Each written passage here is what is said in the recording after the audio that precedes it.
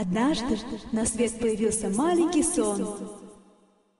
Никто не знал, кому он принадлежал. Сон был настолько маленький, что однажды он подумал: я не хочу исчезать.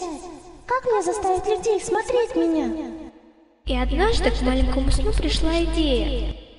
Я дам людям возможность создать свой мир. И тогда они останутся со мной навечно.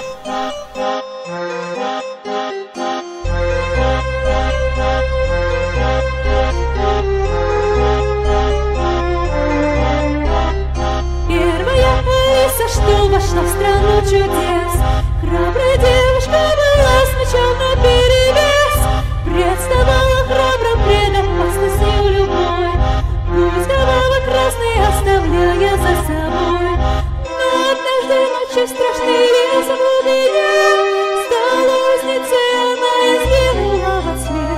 Если бы не свет кровавый, был мирно все, словно никогда на свете не было ее.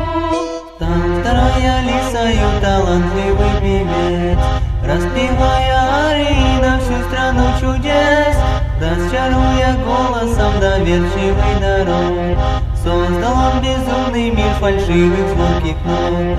Но конец печальный у истории его, пули одноглазого он был лишен всего. Через его сердце стали розы прорастать, и кто его любил, тот вскоре начал умирать. Хрупкой и невинной третья девушка была, но в ее руках хранилась целая страна. Королевский титул был обесцененный дар, и никто не верил, что ее слова она. Но моя Алиса, что ее не красота, и разбила зеркало свое Алиса-та. Только страх со сколками прокрался в сердце к ней, пожирая ее душу до скончания.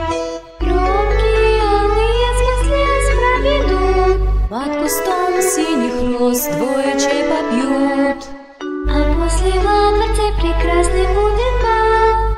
Нам туз червонный билетом стал. Новые улицы стала пара близнецов, что посмели приоткрыть страны чудес засов.